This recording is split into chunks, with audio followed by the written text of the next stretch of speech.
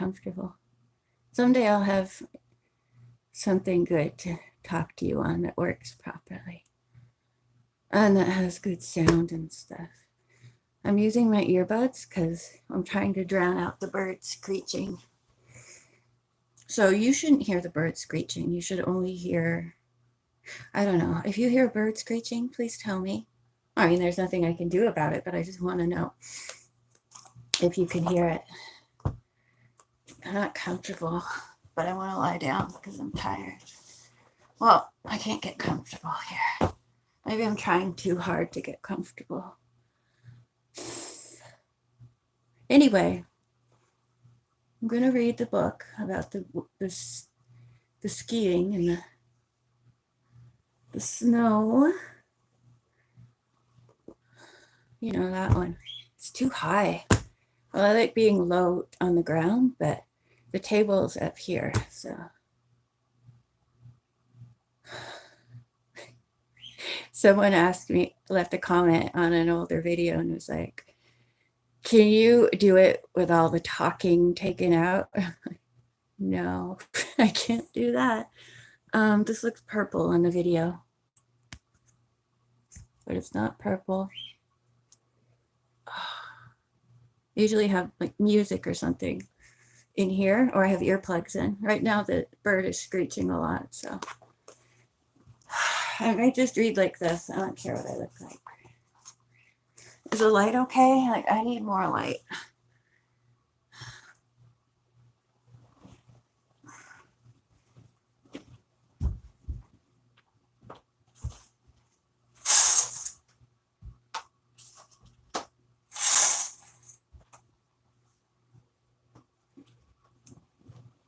My mattresses are just on the floor because my bed kept falling apart when I was in it.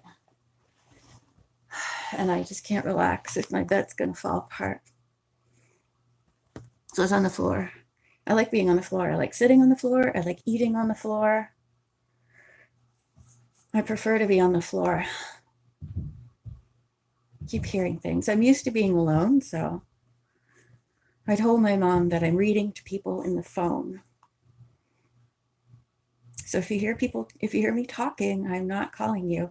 Like when I have to yell out things like fire, and I have to explain something on the first page of chapter 16, because Ned is shouting about stuff. This hat does not look cute. My hair is growing back in. Oh God, sorry, I'm very complainy, as per usual, but more so because I hear lots of things. Sorry for, no, stop, tell me to stop saying sorry. I hate that. I hate it when people say sorry all the time, and I do it. At least I'm aware of it, and I can try to change it. Okay, things will get better once we start reading. I think it's been, how long has it been since the last, I think it's been a month since, is that possible? Since I did the last chapter 15? Right, in chapter 15, some minks were stolen from this guy's mink farm. Oh, my things just died, so I don't know why. I've had them plugged in the whole time. I've had these plugged in always. So I'm just gonna not use them and hope that I can handle all the screaming from the bird and whatnot.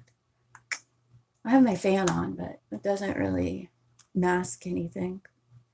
And my earplugs kind of hurt my ears a bit, so why don't we just start reading and see what happens? Is that a good idea? Hello to whoever's here. I'm not going to be looking at the chat too much because please pipe down. Maybe I can close the door. No, I'm trying to, like, you know, not make myself inconspicuous or just, you know, not get on people's nerves, but everything gets on my nerves.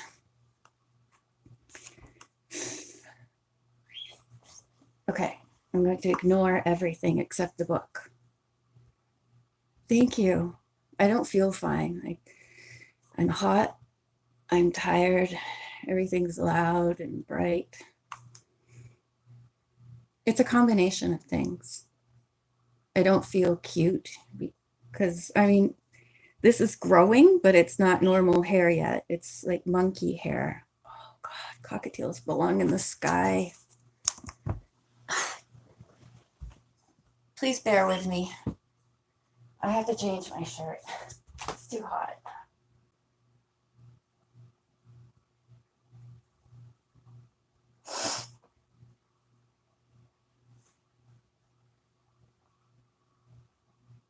I don't have anything that isn't hot. I have nothing that isn't hot, apparently.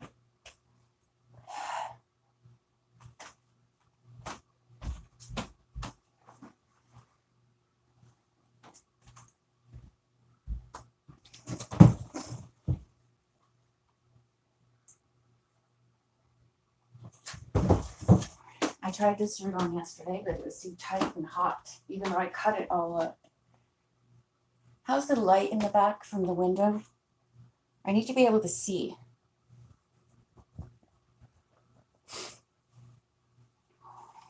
My bed is flat. It's like all curved and falling, not falling down, but it's all screwy and stuff. Okay, I'll close this a little.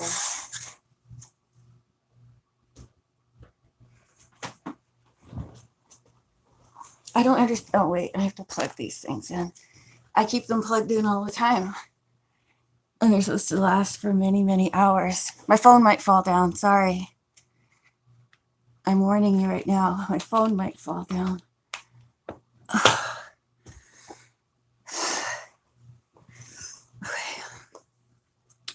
I don't want to wear glasses. I always want to look cute, but I don't feel cute, so I don't care. I don't care.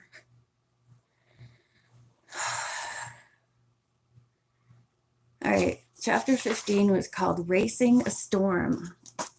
I have to get my water. It's right here, but I'm closing the curtain.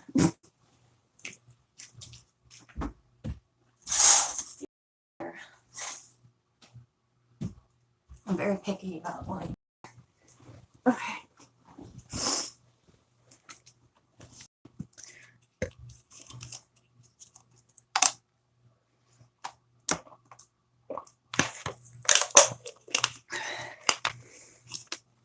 If I fall, don't worry. My bed's off the floor.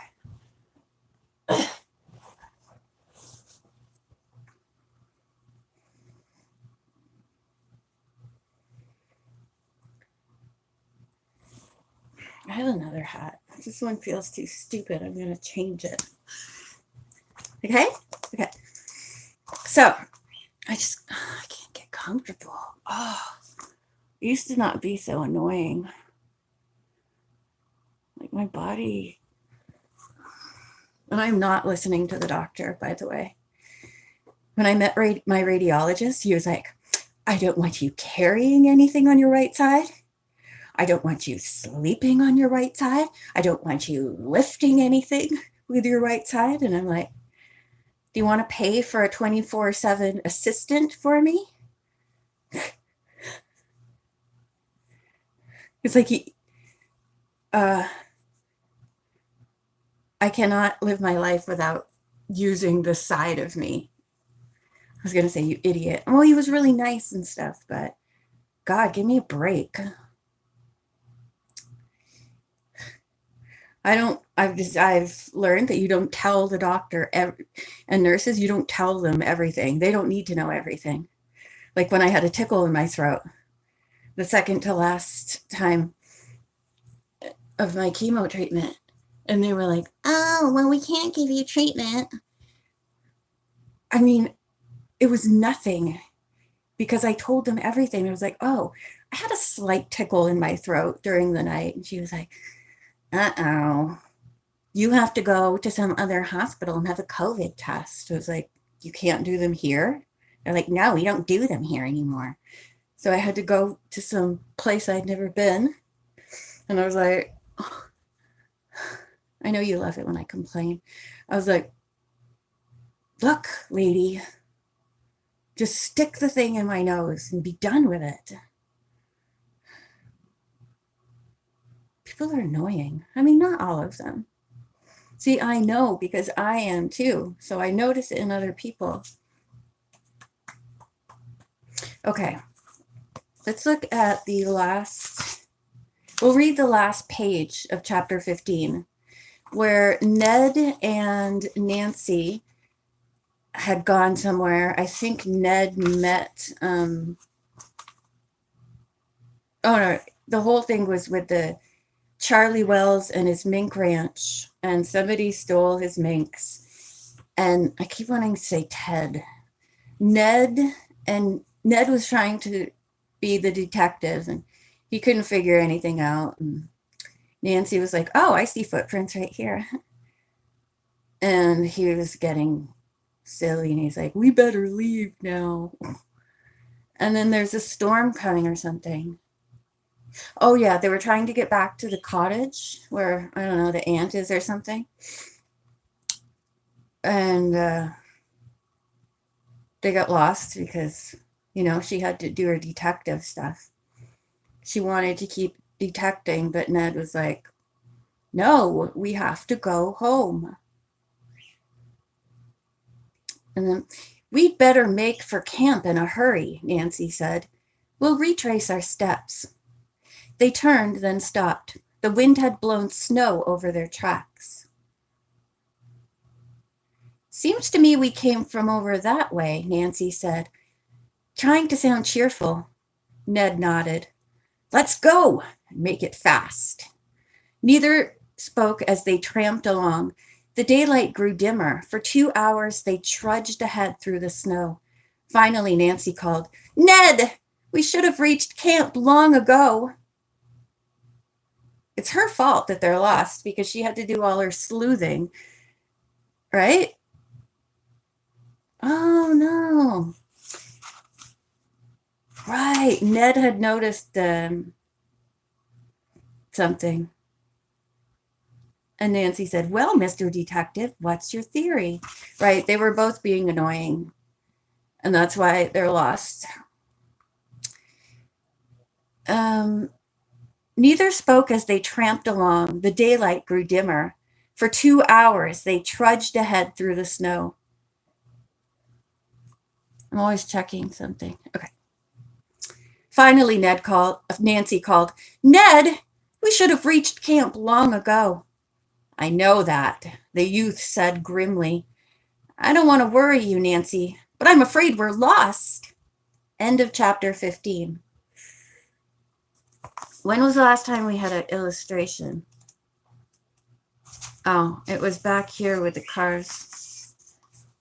"Bert's car has skidded into a ditch," Nancy cried out.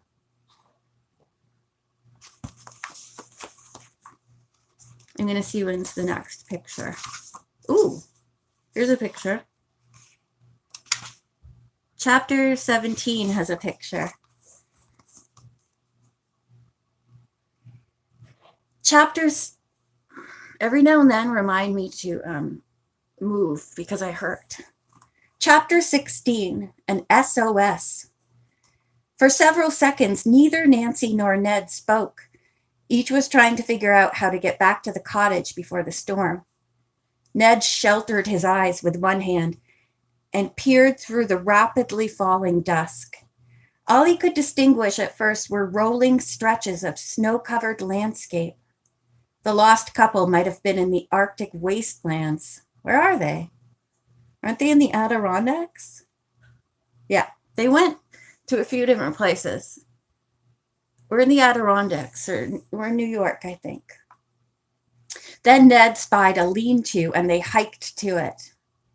"Wood!" he exclaimed, seeing a pile of logs in one corner. "I'm going to build a fire. That may attract someone's attention."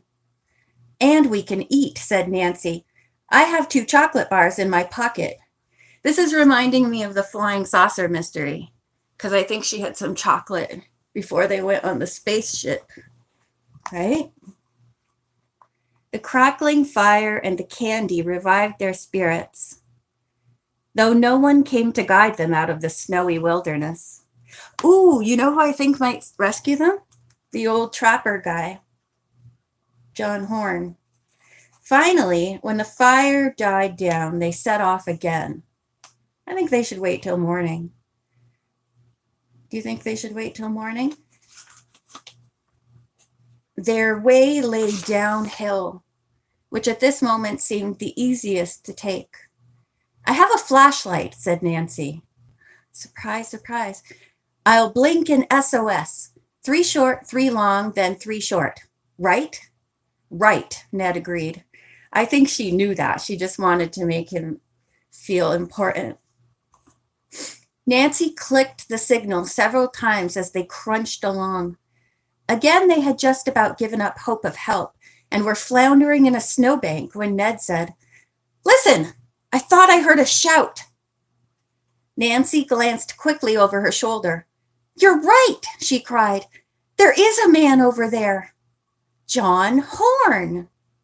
The trapper came plunging toward them through a drift. I forgot how I made him talk. "I saw your distress signal." That hurts. "I saw your distress signal, folks," he yelled. "You lost?" "Why, Nancy!" "Ned!" When Ned explained that they were indeed lost, the old man looked hurt. "You should have asked me to guide you," he reproached them. "But anyway, I can show you a shortcut through the woods. You can make it home before it snows." "You're certainly a lifesaver," Nancy said gratefully. "As a reward, I'll tell you some good news. Chuck Wilson is staying at the inn. We saw him this afternoon." "You don't say," Horn exclaimed, his leathery face spreading into a delighted grin. "Well, I'll sure have to tramp over there in a hurry and visit with the boy. Where's his mink?"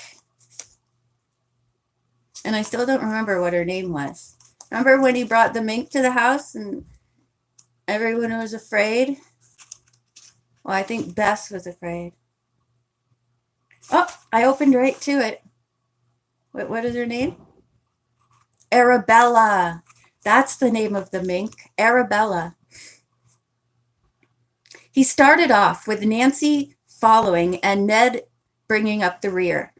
Presently, Nancy noticed that Arabella, you're right.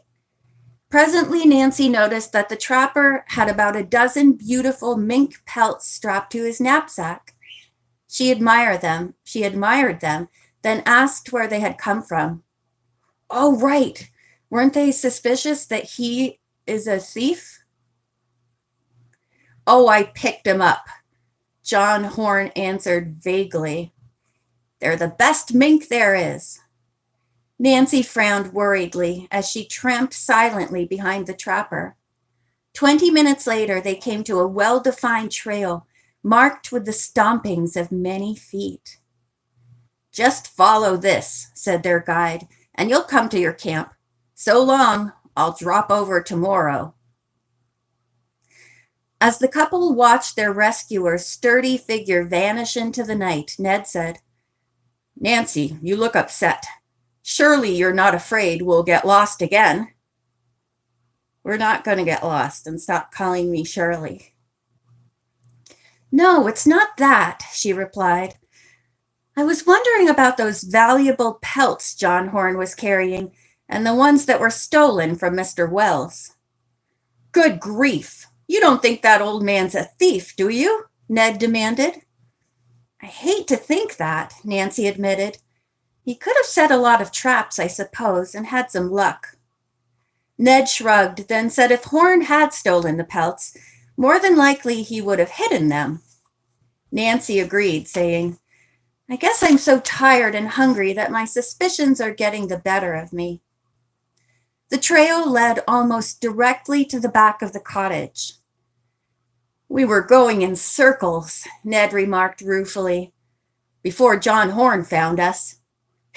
As they climbed the porch steps, snow began to fall. They were welcomed by a frantic group.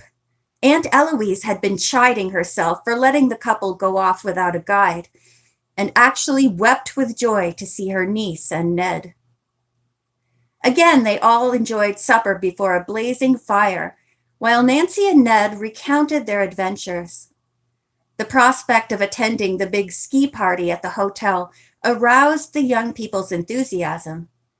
They agreed to follow Aunt Eloise's advice and retire early in preparation for the big day. What was that thing again? Big ski party? I forgot about that. Bess and George are there too, right? And everyone? Yeah. Nancy was so weary that she tumbled into bed like a rag doll. It seemed as if her head had barely touched the pillow when she heard her aunt's voice. Nancy, wake up, Miss Drew urged. It's a lovely sunny day, and there's a telegram for you, dear. A boy just brought it from the village.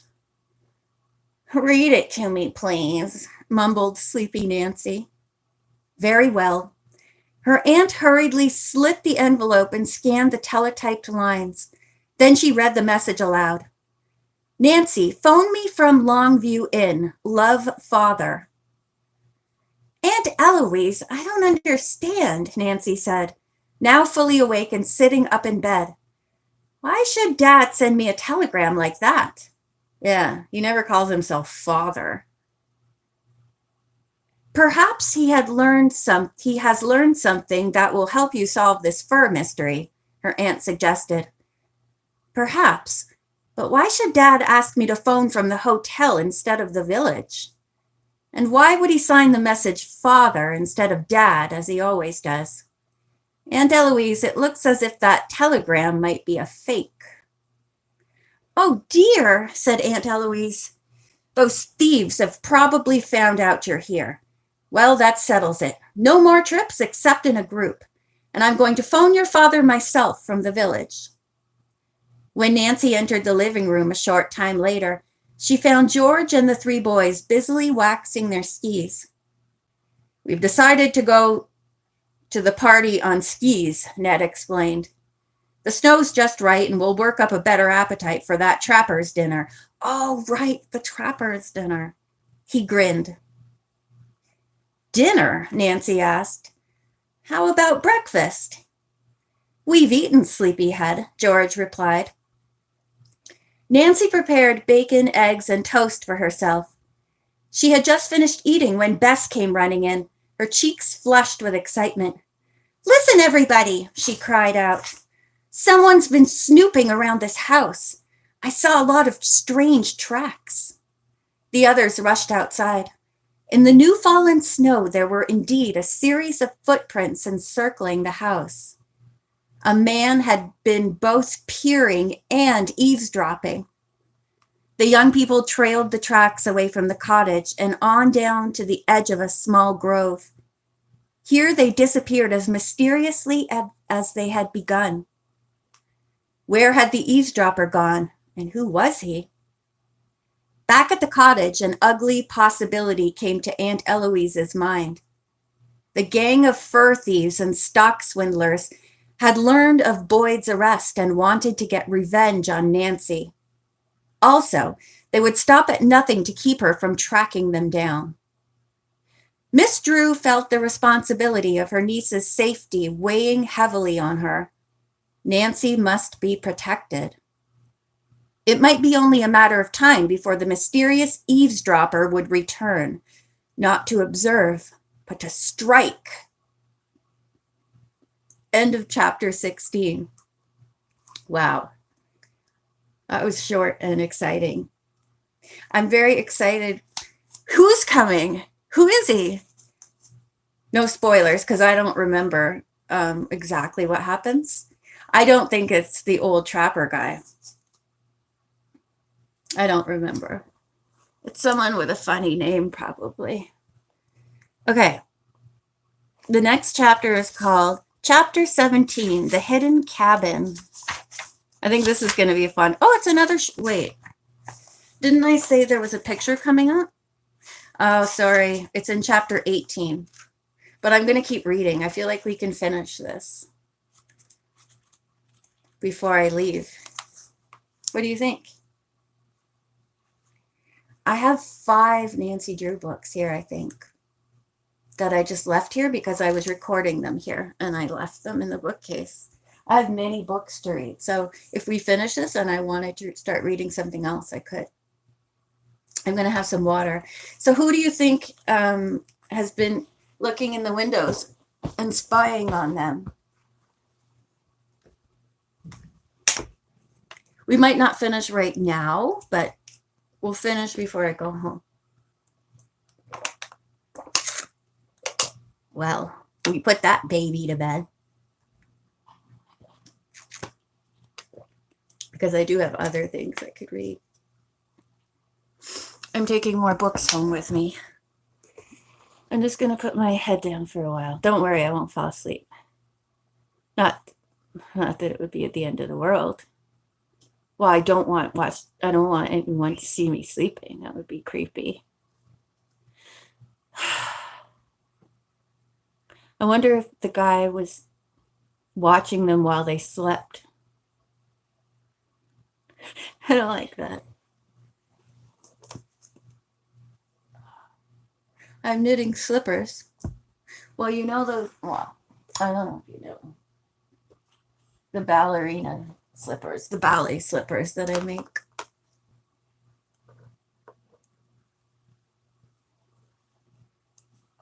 What did it, oh yeah, he's going to strike.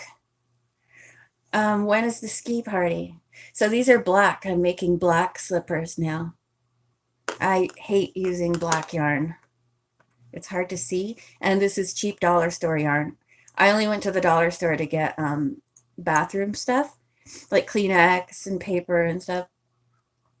Then I saw that they had cheap yarn. And they had a lot of colors too. It could be much worse, actually. It's not that bad. Well, it's not the best, but it'll do. Okay. Chapter 17, The Hidden Cabin.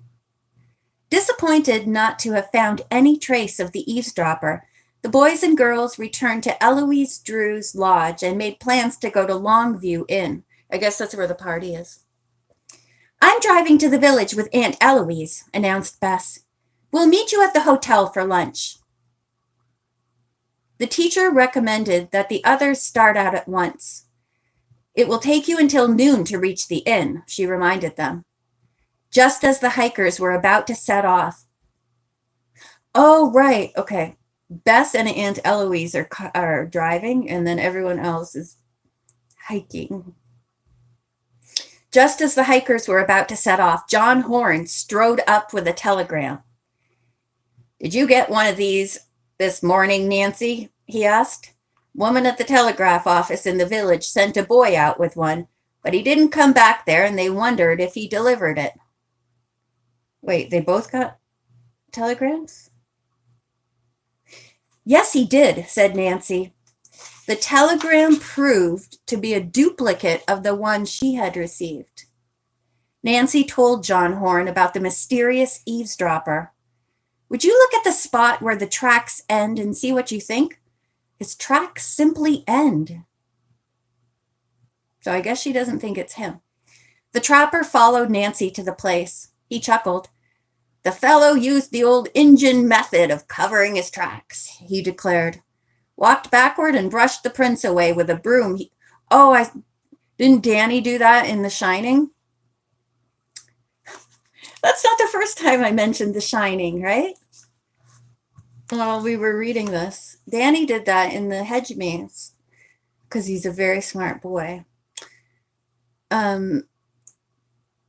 Walked backward and brushed the prints away with a broom he'd made of an evergreen bough. He wouldn't keep that up for long, though. Maybe we'll pick up the tracks some distance on. I'll go with you.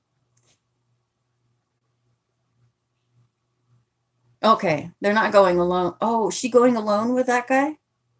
Nancy went back for her skis. Then the group set off for the inn, watching carefully for footprints. Okay, they're all together. Hey, gang, Dave called suddenly. Look at the circle of ski tracks just ahead. How odd, said Ned. It looks as if 2 or 3 people met here and...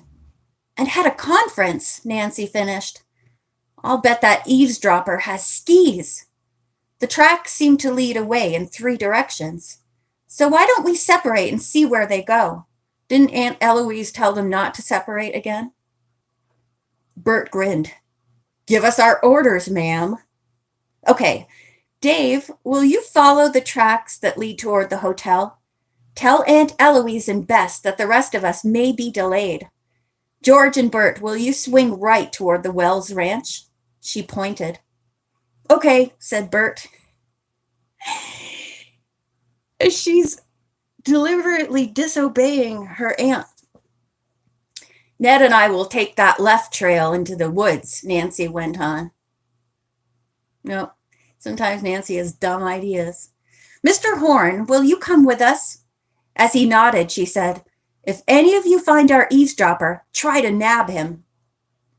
When Nancy's group started off, John Horn said, I know one thing you'll find. There's a cabin ahead of us that don't seem natural. Is it supernatural? This is starting to remind me of the flying saucer mystery. How do you mean? Ned asked. Nobody there, and it's locked tight and boarded at the windows. The right kind of woods people always keep their cabins open for other hunters to use. The 3 searchers followed the ski tracks until they disappeared about 100 feet beyond the cabin the trapper had described. Their quarry evidently had removed his skis and continued on foot. His footprints aren't like the ones the eavesdropper left at Aunt Eloise's cabin, Nancy remarked, so we'd better turn back. The trio stopped first to inspect the small cabin, which was locked. At the door were lots of footprints. I wonder if they were made by hikers who stopped here to rest, Nancy said. Or by men who stay here, Ned replied. By the way, that padlock hasn't been on the door long. It's brand new. John Horn nodded. Reckon I won't go to the hotel yet. I'll just stay here and scout around a bit. You folks run along. Nancy and Ned reached the Longview Inn about 20 minutes later. It was crowded with sports enthusiasts. George and Bert hurried across the lobby to meet them and reported that neither they nor Dave had found anything of consequence. Aunt Eloise beckoned her niece aside. Your father and I are worried, Nancy, she said. I talked with him on the telephone. He didn't send that telegram. I wonder who did, Nancy mused. Someone who wanted to make sure you would be at the inn today, her aunt declared. You will be extra careful, won't you? Of course, Nancy promised. But there's not much danger with so many friends around. Although she pretended to take her aunt's news lightly, Nancy was aware that the telegram might indicate trouble. The Channings must know by now that I'm responsible for Boyd's arrest, she thought. They may try to trap me. Aunt Eloise continued to worry during lunch and ate very little. Chuck Wilson appeared while they were finishing dessert, and Nancy introduced him to her aunt and the others. Uh-oh. Jealous Nettie. You were supposed to remind me to move around. You failed. I'm just kidding. My bookmark. Oh. Okay.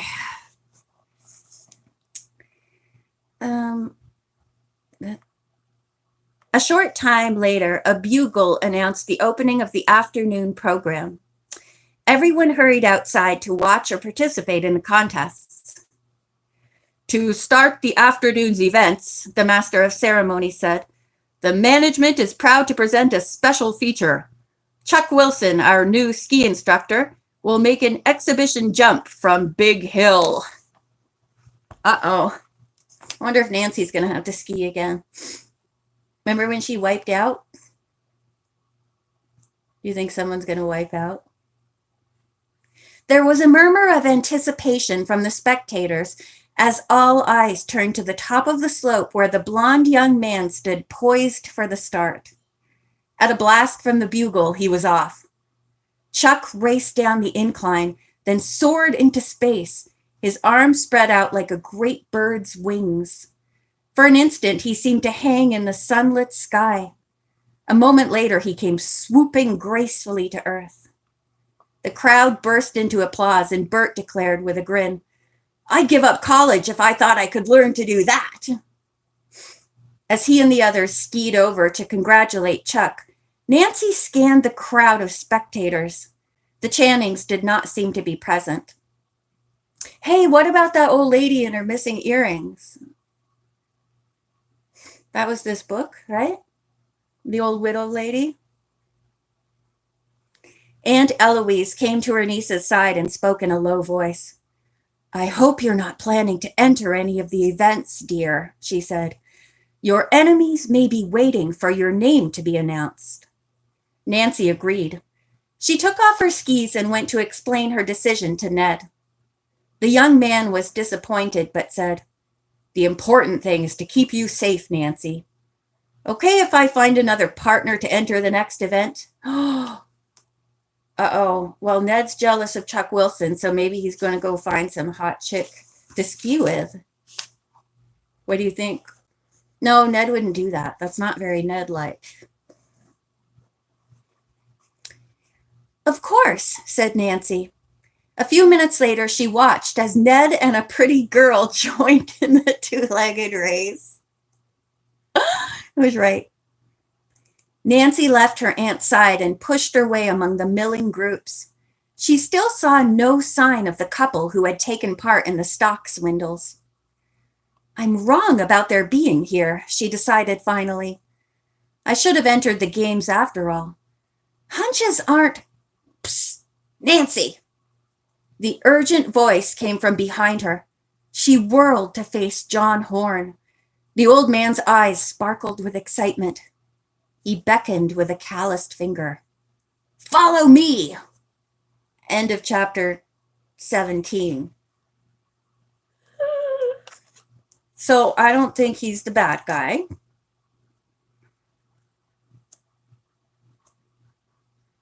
I don't know. I'm not good with mysteries. I do get confused by Nancy Drew mysteries. Sometimes I can't follow them. There's too many characters or something. Yeah, there's only 3 more chapters.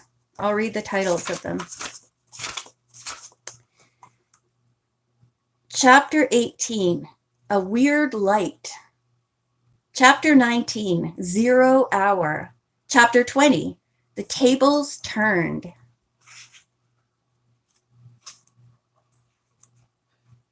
If you'll excuse me for a moment, I'm going to go get some tea or something. Can you excuse me for a bit? But I'm coming back. There's a picture in the next chapter on the 3rd page.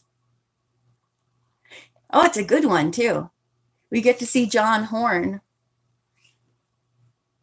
Yeah, the last chapter is called The Tables Are Turned, or whatever I just said. So I'm going to come back.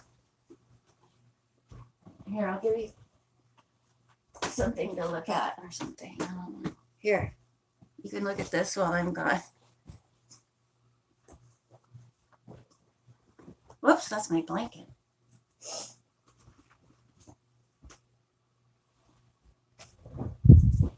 There, look at that.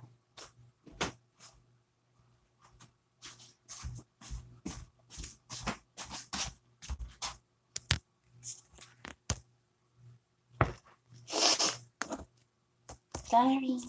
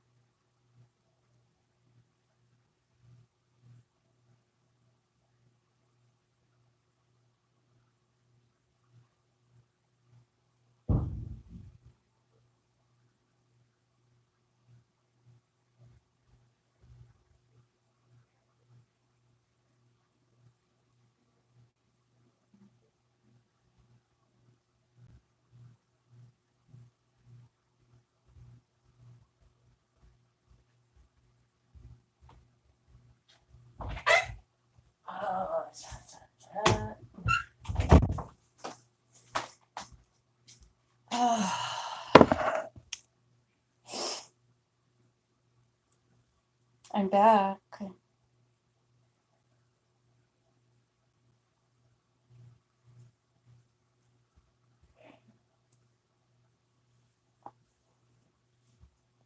Now I have to get back into reading mode because people brought me out of reading mode.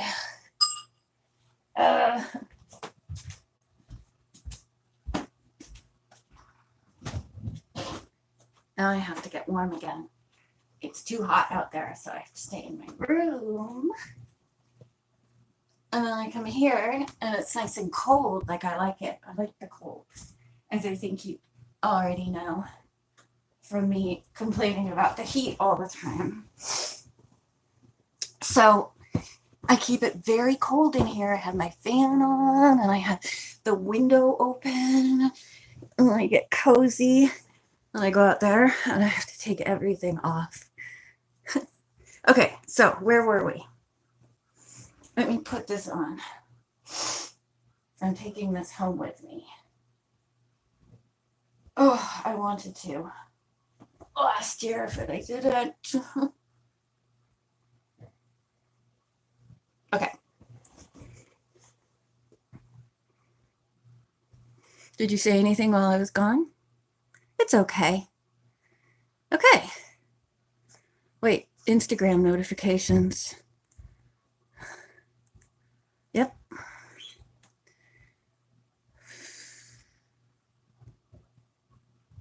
Where did I put my tea? Oh, it's right here. I couldn't see it. I got my... can you hold on a minute? Like a few minutes? My aunt just came. I tell people, like, I'm live right now. Please don't bug me. I'll have to come back later.